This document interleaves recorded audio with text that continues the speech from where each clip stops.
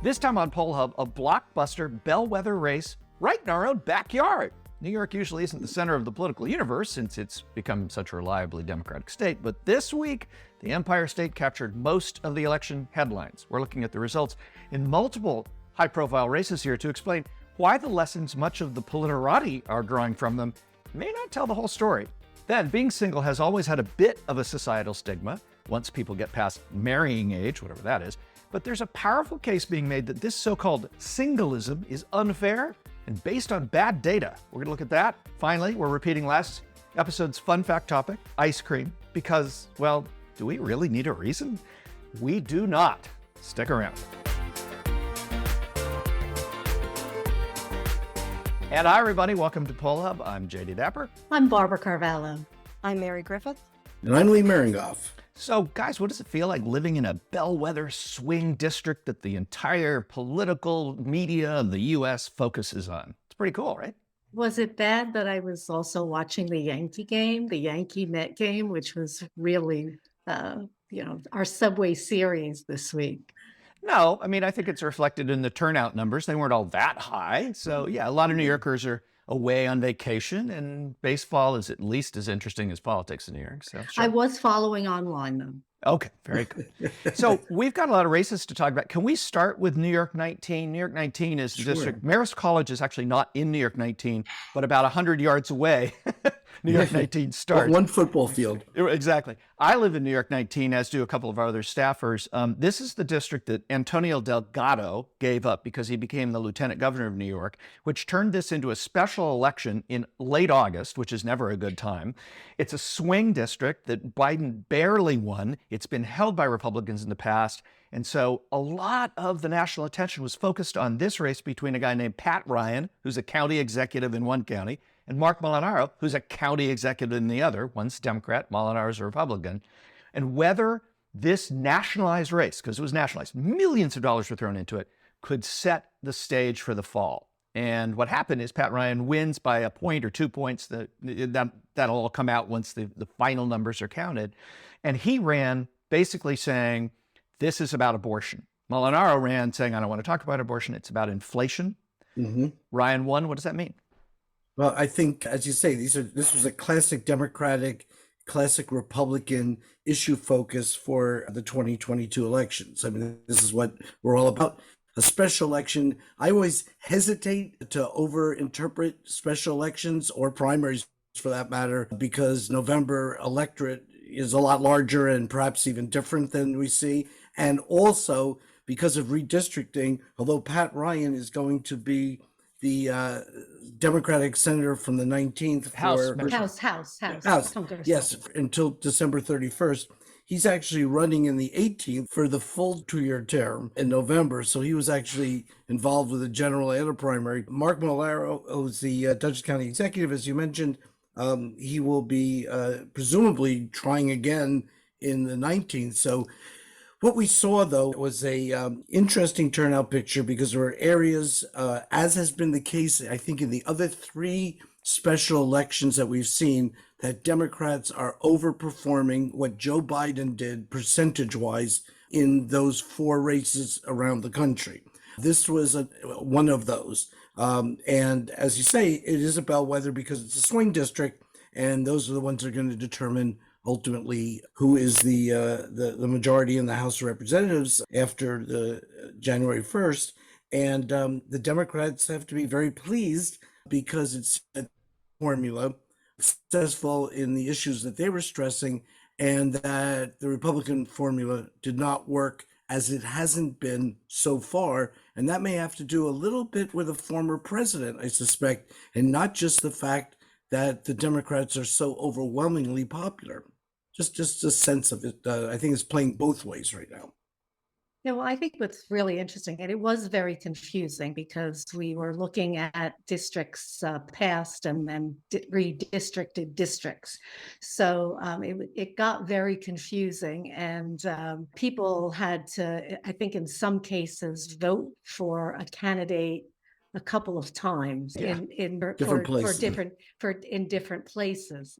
So it will be interesting to see what the redistricting and the impact the redistricting has as well. Certainly, we have seen pretty much through the summer, there has been more energy, more enthusiasm among Democrats overall. We've seen that in new registrants around the country. We've seen that in other primaries, and most pointedly in Kansas, when abortion itself was directly on the ballot. But I think that I agree with you, Lee. It really remains to be seen what happens and what's the national agenda and message for each of these parties going forward. I think the Democrats have found a way to certainly mobilize their base, which they were gifted by the Supreme Court, and with the economy somewhat turning around, at least in the sense that gas prices are at its lowest in quite a while and have dropped considerably.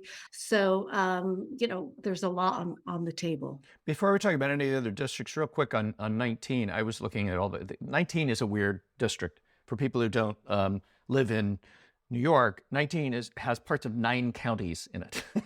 Right. So it's bigger than the state of Connecticut. It was a perfect rectangle. Oh, yeah. Yes. It's bigger than the state of Connecticut. What's interesting about this, though, is there's some counties that are very, very Republican, and a few counties, Ulster, where Pat Ryan's from, and Columbia, which is the county that I live in, that are more Democratic, although they're pretty split, but they're more Democratic. What struck me when I was looking at the numbers and turnout was that the 2 counties that have more Democrats in general than Republicans had higher turnout. And this gets to something that Dave Wasserman was talking about last night on Twitter, which is, yes, Democrats are going to talk about abortion being the thing that's making Democrats excited. But what's not being talked about is a lack of enthusiasm among Republicans. Yeah. And that showed up, at least in this one district, New York 19, in some of these counties where counties with similar size bases of registered voters had very much lower turnouts if they were largely Republican than where the districts were largely or more Democratic leaning. So I'll stop. And I think that speaks to that the Republican Party has become Donald Trump's party, which is not inclusive of particularly New York Republicans, but a lot of Republicans that around the country who feeling a little left out of the relitigation of the 2020 election and are worried about things like congressional hearings and Mar-a-Lago and what's happened. Right. So let's talk about the New York City races real quick. New York 10, New York 12, New York. I'm not going to go through all the numbers, but the narrative here kind of is that the progressives didn't win very much, if at all, in most of these races. What do you make of that? Electability, a big deal for Democrats. I mean, they do not want, they want to win, and they want to go a little bit more moderate. And the problem, as we were talking about for Republicans, they tend to be going a little bit more extreme right now. And that's why in the Senate around the country, we're hearing a different narrative about those races. But yeah, so Jerry Nadler wins, Sean Patrick Maloney wins, Dan Goldman wins. Those are not what you would say despite his endorsement from Trump. Yes, that was a faux endorsement, who tried to undermine his candidacy. Yes. Goldman had been involved in the impeachment hearings, not on Trump's side, and so Trump tried to ruin his primary chances by endorsing him. That Sean Patrick Maloney one, New York 17, that was interesting, Barb, because AOC weighed in against Sean Patrick Maloney, who is the head of the DCCC. So he's a big party macher. He's been around for a while. He chose to move to a different district that somebody else, Mondaire Jones, a first-term sitting Democratic congressman, held, that was a person of color. And Sean Patrick Maloney said, nah, I'm going to take over this district.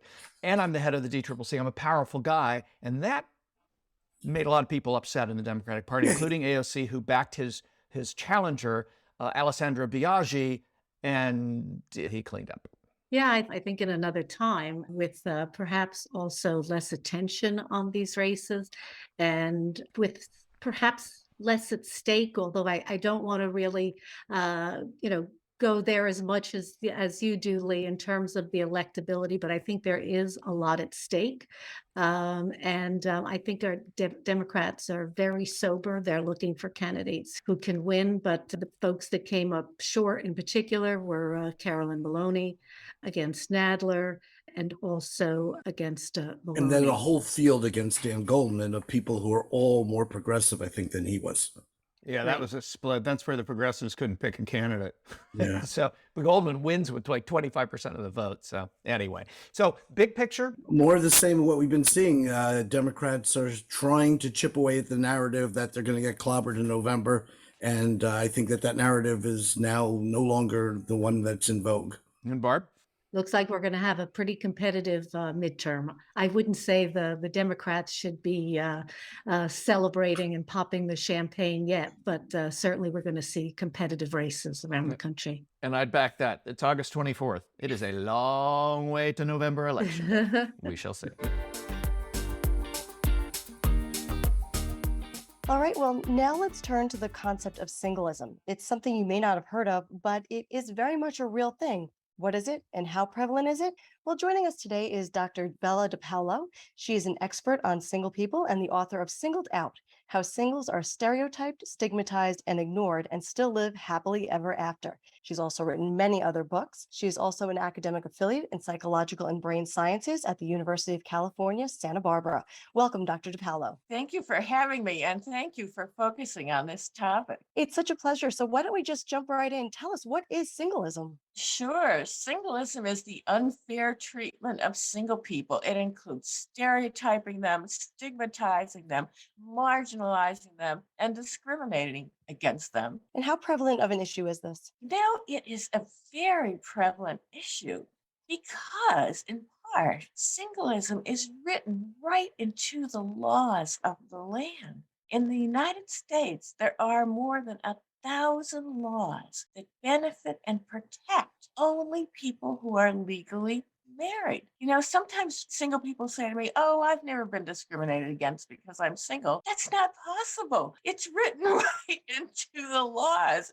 You don't get as much access to Social Security, as much access to health care. The people who are important in your life aren't as protected. For example, if you want to take time off to care for them, or if you want to take bereavement leave.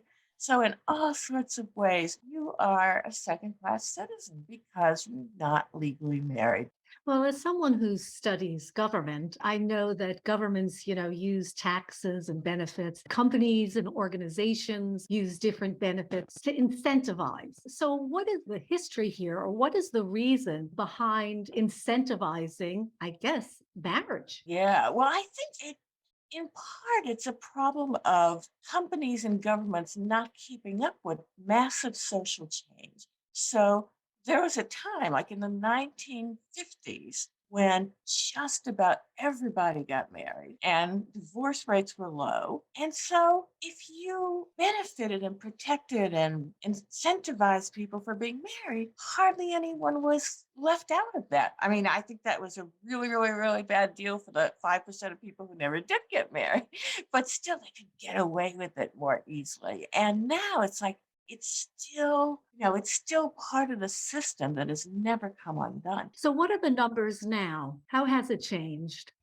There was a great Pew poll a few years ago that predicted that by the time today's young adults reach the age of 50, 1 in 4 of them will have been single the whole time. I mean, can you imagine that? A cohort of 50-year-olds in which a fourth of them have never been married. I mean, it's just an astonishing difference from when, in 1956, the age at which women first married was 20, and for men, it was like 22.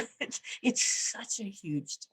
I'd also like to take a look at a statistic from a YouGov poll from February. Unmarried women are more likely to say than men that singleism is real. Majority say it exists, and that's compared with 40% or fewer among men and married women. Do you think that has something to do with the stigma or a perceived stigma attached to being single? Yes, absolutely. And it's so easy to see that in popular culture, the way women are mocked and stereotyped and dismissed and portrayed as pitiful and, crying in their beer at night and eating ice cream to console themselves because they're single. And yet it's also perceptions, right? So people think that single women are more of a problem. And you see this in scholarly writings, which are much more focused on single women than single men. But if you look at how they're actually doing, single women do better. They like being single more. They like their solitude more. They're better at creating a social life, having friends, maintaining those friends. So it is a really interesting disparity. Well, some research though has also shown that there seems to be lower levels of well-being among singles compared to coupled adults. How does that fit into the Oh my gosh. negative treatment and I discrimination? I have been challenging that for decades. So when those kinds of studies compare people who are currently married to single people, well, guess who that leaves out? 40 some percent of people who got married hated it and got divorced.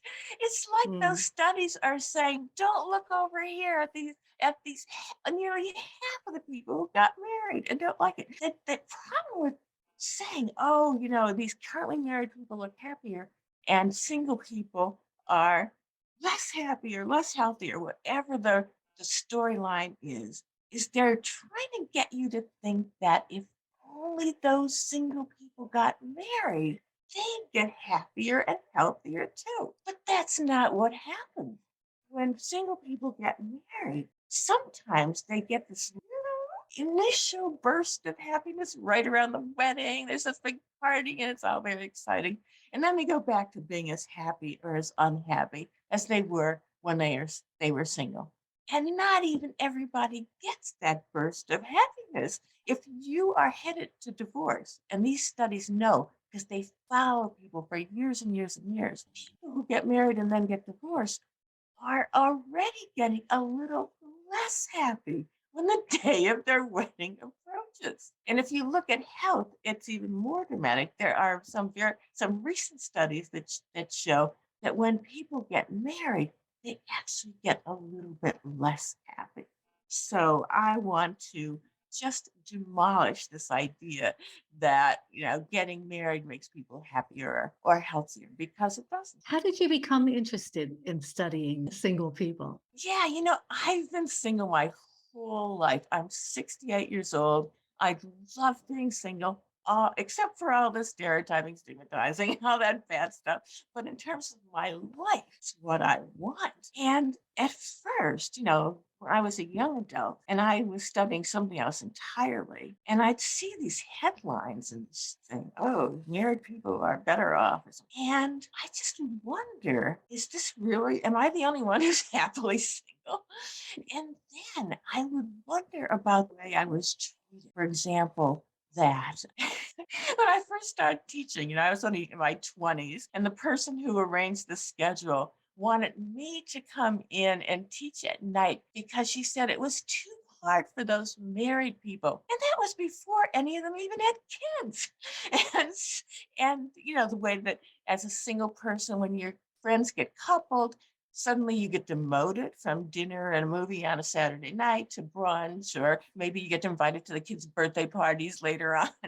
And so what I wondered was, is this just me? So I started talking to other single people, and oh my gosh, every time I did, I got an earful. So that's when I realized these little examples of getting kind of marginalized or demoted as a single person if your friends get married, that it wasn't just me. And that was before I even knew about these big institutional, systematic ways that single people are stereotyped and discriminated against, like the ones that are written into the laws or the policies in the workplace that favor married people. So it's been quite a ride. Before we let you go, what's the answer? How do we combat singleism? Oh my gosh, stand up to it. Don't let anyone ever get away with stereotyping or stigmatizing you. Also, vote. One of the reasons single people get paid less attention to is that we tend to vote at lower rates,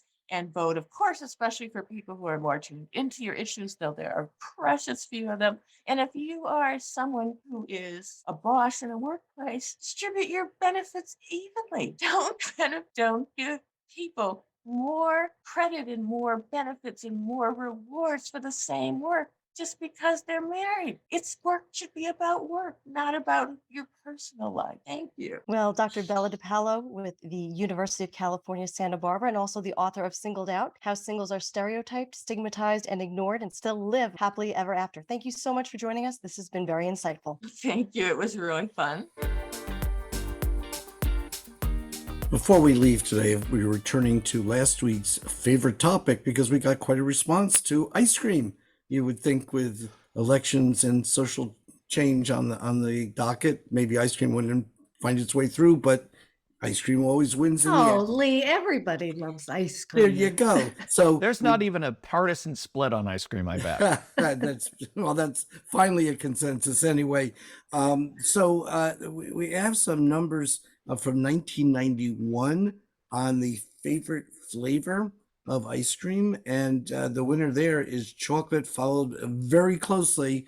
Initially was too close to call, but then chocolate edged out when the male ballots were in. But vanilla finishing second, and chocolate is 32 and vanilla is 29% nationally. My favorite, cookies and cream, 2%, which makes me somewhat of an outlier.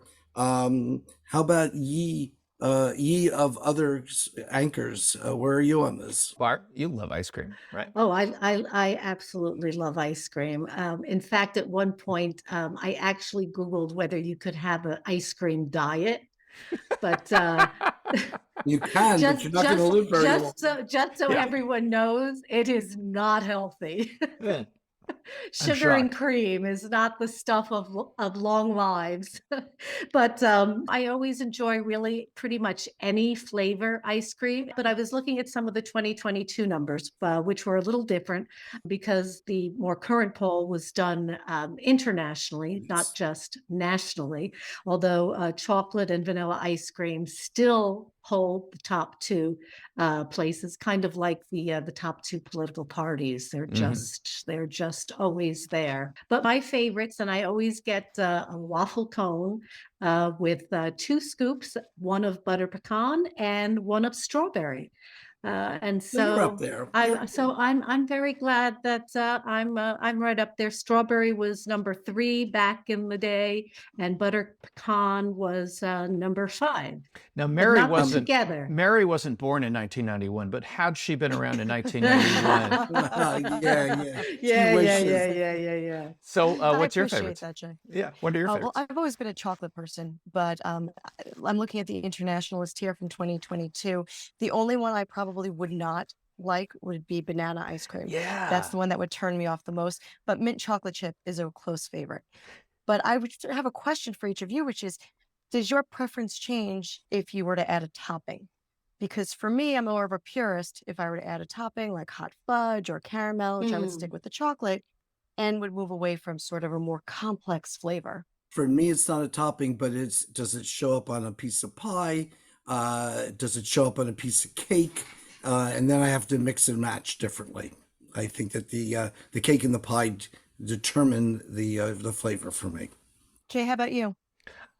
I don't like toppings on ice cream. Never did. I mean, Well, you're not a sweets person. well, no, but I did work, as we said repeatedly, at Baskin Robbins. So that's partly why I'm not such a sweets person, because that's all I ate in high school, which is, I agree with you. It's probably not healthy, although as a 17-year-old guy, you can probably get away with it a little easier than I could now. I would probably die tomorrow if I ate ice cream only. Yeah, I don't like, I never liked sprinkles. Little fudge on top, definitely I would stay with a traditional French vanilla for that. I wouldn't want to have some crazy flavor underneath that. But what's your overall favorite flavor? Well, that's kind of tricky, and that's where the third piece of this comes in. So we looked at the international flavors, which again, banana being on there, there's got to be some place in the world where banana is super popular, which makes that, because I don't even think you can buy banana ice cream here. But we also looked at something from Instacart, which is an app, a delivery app, and they looked at the most popular ice cream flavors in America by region and by state, excluding the top ones, chocolate, vanilla, strawberry. So we had some really interesting choices here. So in Ohio, chocolate chip. Okay. In Pennsylvania, mint chip. In New York, pistachio. Really? Oh, I was a kid. definitely. Yeah, when Yeah? I was a kid, Okay. I loved See, there you pistachio. go, right. Jay. Yeah, Okay, I love so pistachio. so 'Cause here's it's the one- really vanilla with nuts. Okay, here's the one you're going to have to explain to me. in something like, I can't count all the states, but I think it's like 9 or 10 states across the Midwest and down in the South, Moose Tracks, most popular flavor. I can't say I've ever heard of Moose Tracks. I did read about it once I saw this. Do you like Moose Tracks? I think Not I've had it lately. once or twice. Yeah. Really? You have. Yeah. So it's the most popular in the United States. Anyway, my favorite, I like, if I'm going to eat ice cream, I like I like weird ice cream. There's a place called Il Laboratorio Gelato in New York on Houston Street, and the flavors are crazy, and they're not all sweet. They'll have like, licorice pork chop. No, well, not that, but they'll do stuff. They do stuff that's not sweet. And so I like whatever is on there that has herbs and stuff in it. So for instance, they've had like rosemary and sage mixed with a lime and mixed with like a nut or something. And they're incredible because they're just crazy flavors. But so I like that. If I'm going to do that, because I don't eat a lot of ice cream, because I can't. So if I'm going to do that, I would like to go to those kinds of places. Anything with bacon? Yeah, they have bacon. Yeah, they do bacon ice cream. Oh, here's one. So we were in Oaxaca, Mexico, earlier this year, and they eat bugs in Mexico, as you may know, crickets and ant eggs and worms and larvae. So crickets are actually a big thing. Crickets are on the table, fried crickets. Yeah, and good protein. Cricket ice cream was incredible. We had it 3 nights in a row. There you go. Oh gosh. Wow. I've always held you in high it? respect until that, Jay. I've known you a long time. I would, Barb, you were going to throw in a. No, I have nothing to add to that. I would say that the I one love thing, ice cream, but I am not a terribly experimental eater. I tend to venture out cautiously. I would venture 2 concluding remarks here. One is, from a marketing standpoint, if I had the 3 of you walk into a store, I would not offer you coffee and banana ice cream with sprinkles. I mean, I think that would knock out all 3 of you. The other thing, if that's all there was, I'm an ice cream addict. What if there was only addict. What if there was only cricket ice cream? Yeah, no, I am an ice cream addict. You would go elsewhere. I would give it a try. You would go elsewhere. My other concluding observation is that I was just listening to everybody and how many people sounded like the way we talk when we talk about serious topics like elections, and whether we talk about ice cream and use the same kind of approach. And as I was listening to the 3 of you, I thought that Jay sounded the most like he was going through an analytic interpretation of ice cream as if this was a swing district somehow. And he was that's all. That was Well, my take. I was listening as well, and I think you were a close second on that. I'll stand with that. That's okay. I can handle that. See you next week, folks. That's it for Poll Hub this week. Poll Hub is a production of the Marist Poll at Marist College in Poughkeepsie, New York. Mary Griffith is our executive producer. Casey Schaff is our production supervisor. The Poll Hub team includes Greta Stuckey, Mike Bowler, and Will Promisel. If you enjoy Poll Hub, please consider leaving us a review. Positive reviews help other listeners like you find us. If you'd like to learn more about polling and survey science, check out the Marist Poll Academy, our free online learning portal. If you have questions for us, tweet them at us at Marist Poll. Remember, you can always tell your smart speaker to play Poll Hub. And with any luck, it will cooperate. Finally, wherever you listen to Poll Hub, there is a subscribe button. Click it and the latest episode will be ready for you in your podcasting app as soon as it's released. We'll see you next time.